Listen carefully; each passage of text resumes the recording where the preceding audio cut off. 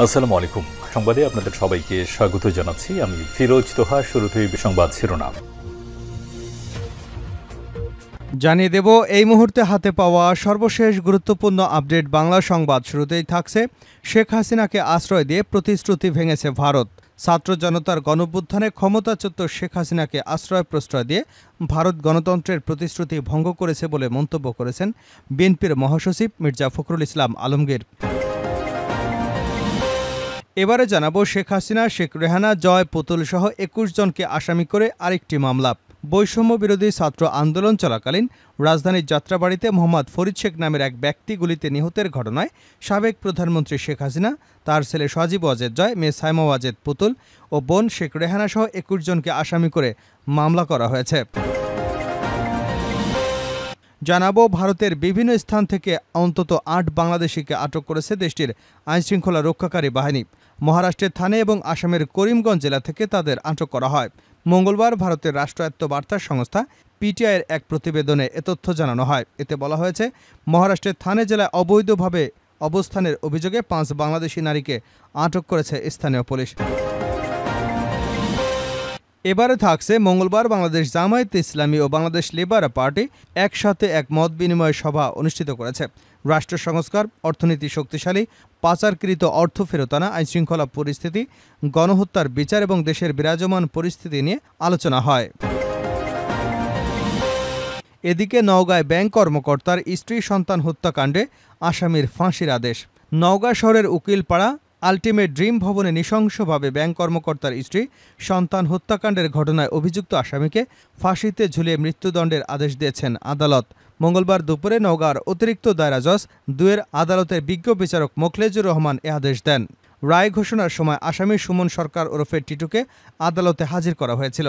দণ্ডাদেশপ্রাপ্ত টিটু নারায়ণগঞ্জ জেলার ৬৫ বিকে রোড ১ নম্বর তুলারা মোড় এলাকার বাসিন্দা। এবং সর্বশেষ জানাবো ১,০০০ টাকার নোট বাতিলের খবর গুজব। অর্থ উপদেষ্টা ১,০০০ টাকার নোট বাতিল হচ্ছে এমন একটি খবর রটানো হলেও এটি গুজব বলে দাবি করা হয়েছে। এ ধরনের সিদ্ধান্ত অন্তর্বর্তী সরকারের পক্ষ থেকে নেওয়া হয়নি। মঙ্গলবার চীন এবং কানাডার রাষ্ট্রদূতদের সঙ্গে বৈঠক শেষে সাংবাদিকদের এক প্রশ্নের জবাবে একথা বলেন অর্থ ও বাণিজ্য উপদেষ্টা ড. সালেউদ্দিন আহমেদ। এতক্ষণ শিরোনাম শুনছিলেন, এবার বিস্তারিত। প্রিয় দর্শক, আপনি যদি এই চ্যানেলে নতুন হয়ে থাকেন, ভিডিওটি দেখতে দেখতে চ্যানেলটি সাবস্ক্রাইব করে আমাদের সঙ্গেই থাকুন। আর এই ভিডিও সম্পর্কে আপনি আপনার মূল্যবান মতামতটি কমেন্ট বক্সে জানিয়ে দিন। আর হ্যাঁ প্রিয় দর্শক, জানিয়ে দিন ভিডিওটি কোথা থেকে দেখছেন। শেখ হাসিনাকে আশ্রয় দিয়ে প্রতিশ্রুতি ভেঙেছে ভারত, ফখরুল। ছাত্র জনতার গণঅভ্যুত্থানে ক্ষমতাচ্যুত শেখ হাসিনাকে আশ্রয় দিয়ে ভারত গণতন্ত্রের প্রতিশ্রুতি ভঙ্গ করেছে বলে মন্তব্য করেছেন বিএনপির মহাসচিব মির্জা ফখরুল ইসলাম আলমগীর। মঙ্গলবার সকালে সদ্য নির্বাচিত বিএনপির স্থায়ী কমিটির সদস্য ও নেতাদের সঙ্গে দলটির প্রতিষ্ঠাতা শহীদ রাষ্ট্রপতি জিয়াউর রহমানের সমাধিতে শ্রদ্ধা নিবেদন শেষে তিনি কথা বলেন। বিএনপির মহাসচিব অভিযোগ করেন, ভারত শেখ হাসিনাকে আশ্রয় দিয়ে গণতন্ত্রের প্রতিশ্রুতি ভঙ্গ করেছে। দেশ ছেড়ে পালিয়েও ছাত্র জনতার বিপ্লবকে নস্যাৎ করার চক্রান্ত চলছে। বিগত দিনের জঞ্জাল দূর করে সুষ্ঠু অংশগ্রহণমূলক নির্বাচন আয়োজনে অন্তর্বর্তী সরকারকে প্রয়োজনীয় সময় দেওয়ার কথাও জানান মির্জা ফখরুল ইসলাম আলমগীর। এ সময় বিএনপির পক্ষ থেকে অন্তর্বর্তীকালীন সরকারকে সব ধরনের সহায়তার কথা উল্লেখ করেন দলটির কমিটির নতুন সদস্য মেজর হাফিজউদ্দিন আহমেদ। একই সঙ্গে অগাস্টের বিপ্লবে সেনাবাহিনীর অগ্রণী ভূমিকার প্রশংসাও করেন তিনি। অভ্যুত্থানে স্বৈরাচার পালিয়েছে উল্লেখ করে দলটির স্থায়ী কমিটির আরেক নতুন সদস্য ডাক্তার এজেডএম জাহিদ হোসেন বলেন, গণতন্ত্র পুনরুদ্ধারের আন্দোলনে যারা গুম হয়েছেন তাদের খুঁজে বের করা হবে। শেখ হাসিনা, শেখ রেহানা, জয়, পুতুল সহ ২১ জনকে আসামি করে আরেকটি মামলা। বৈষম্য বিরোধী ছাত্র আন্দোলন চলাকালীন রাজধানীর যাত্রাবাড়িতে মোহাম্মদ ফরিদ শেখ নামের এক ব্যক্তি গুলিতে নিহতের ঘটনায় সাবেক প্রধানমন্ত্রী শেখ হাসিনা, তার ছেলে সজীব ওয়াজেদ জয়, মেয়ে সাইমা ওয়াজেদ পুতুল, বোন শেখ রেহানা সহ ২১ জনকে আসামি করে মামলা করা হয়েছে। মঙ্গলবার ২০ অগাস্ট ঢাকার মেট্রোপলিটন ম্যাজিস্ট্রেট মোহাম্মদ শাকিল আহমেদের আদালতে মামলার আবেদন করেন নিহত ফরিদের বাবা মোহাম্মদ সুলতান শেখ। আদালত বাদীর জবানবন্দি গ্রহণ করে অভিযোগের বিষয়ে তদন্ত করে পুলিশ ব্যুরো অব ইনভেস্টিগেশনকে আগামী ১ অক্টোবরের মধ্যে প্রতিবেদন দাখিলের নির্দেশনা দিয়েছেন।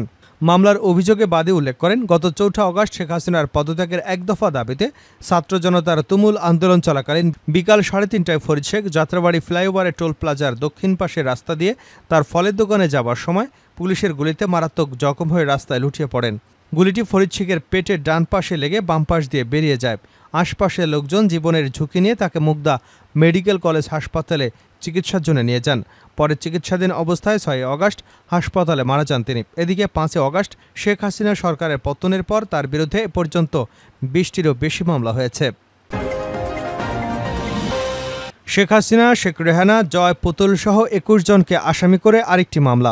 বৈষম্য বিরোধী ছাত্র আন্দোলন চলাকালীন রাজধানীর যাত্রাবাড়িতে মোহাম্মদ ফরিদ শেখ নামের এক ব্যক্তি গুলিতে নিহতের ঘটনায় সাবেক প্রধানমন্ত্রী শেখ হাসিনা, তার ছেলে সজীব ওয়াজেদ জয়, মেয়ে সাইমা ওয়াজেদ পুতুল, বোন শেখ রেহানা সহ 21 জনকে আসামি করে মামলা করা হয়েছে।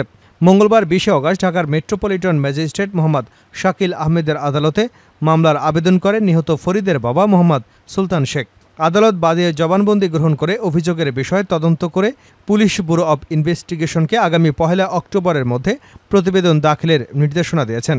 মামলার অভিযোগে বাদী উল্লেখ করেন, গত 4 অগাস্ট শেখ হাসিনার পদত্যাগের এক দফা দাবিতে ছাত্র জনতার তুমুল আন্দোলন চলাকালীন বিকাল 3:30টায় ফরিদ শেখ যাত্রাবাড়ি ফ্লাইওভারের টোল প্লাজার দক্ষিণ পাশের রাস্তা দিয়ে তার ফলের দোকানে যাবার সময় পুলিশের গুলিতে মারাত্মক জখম হয়ে রাস্তায় লুটিয়ে পড়েন।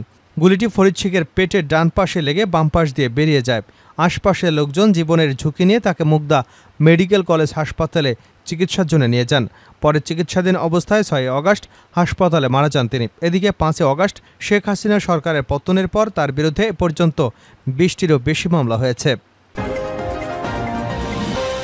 জামায়াতে ইসলামী ও লেবার পার্টির মত বিনিময় সভা।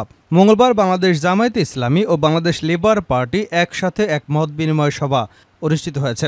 রাষ্ট্র সংস্কার, অর্থনীতি শক্তিশালী, পাচারকৃত অর্থ ফেরত আনা, আইনশৃঙ্খলা পরিস্থিতি, গণহত্যার বিচার এবং দেশের বিরাজমান পরিস্থিতি নিয়ে আলোচনা করা হয়। মত বিনিময় সভায় বলা হয়, অন্তর্বর্তী সরকারের প্রধান উপদেষ্টা ডক্টর মোহাম্মদ ইউনূস জাতীয় নির্বাচনের পূর্বে নির্বাচন কমিশন, বিচার বিভাগ, জনপ্রশাসন, আইনশৃঙ্খলা বাহিনী ও গণমাধ্যমের প্রয়োজনীয় সংস্কার করতে চান মর্মে কূটনৈতিকদের ব্রিফিংয়ে বলেছেন। অন্তর্বর্তী সরকারের রাষ্ট্র সংস্কারের এই উদ্যোগকে আমরা স্বাগত জানাই। এসব সংস্কারের মাধ্যমে জনগণ আস্থা ফিরিয়ে আনতে হবে। এক্ষেত্রে আমাদের অন্তর্বর্তী সরকারকে সব ধরনের সহযোগিতা করতে প্রস্তুত রয়েছে। পত্রিকা এসেছে, ফ্যাসিবাদী আওয়ামী সরকার গত 1.5 দশকে 18,36,000 কোটি টাকা ঋণ রেখে পালিয়ে গেছে।